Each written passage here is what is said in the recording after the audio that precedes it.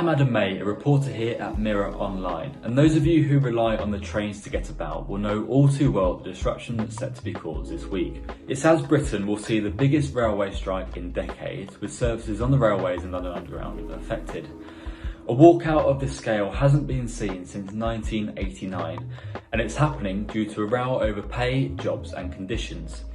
It will see over 50,000 members of the Rail, Maritime and Transport Union, or the RMT at Network Rail, as well as 13 train operators striking on Tuesday, Thursday and Saturday this week. It means just around 1 in 5 trains will be running, and there will also be disruption to services on the days that follow the strike action.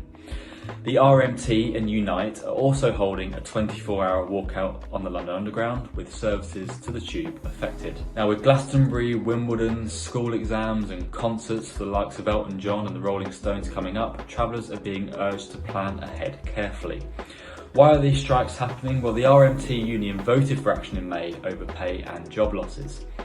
General Secretary Mick Lynch said railway workers are being treated appallingly, and added it's unacceptable for railway workers to either lose their jobs or face another year of a pay freeze while inflation is at 11.1% and rising, especially with the cost of living crisis. Members of the RMT union and Network Rail, plus 13 train operators, will walk out. ScotRail, meanwhile, is involved in a separate dispute.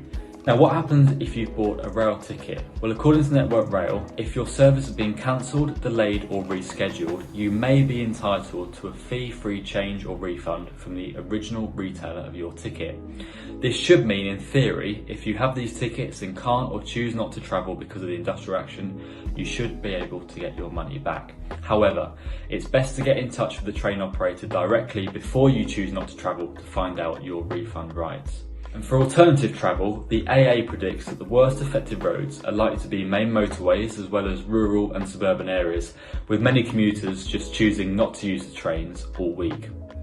Now, in terms of a government response, a Department for Transport spokesperson said that strike should always be the last resort, labelling the decision to strike hugely disappointing. And asked whether there will be more strikes throughout the year, Mick Lynch, the General Secretary of the RMT, told Sky News, "If there is not a settlement, we will continue our campaign." So this may not be the last we hear of the strikes, and there's meant to be plenty of disruption this week, so plan your journey ahead carefully.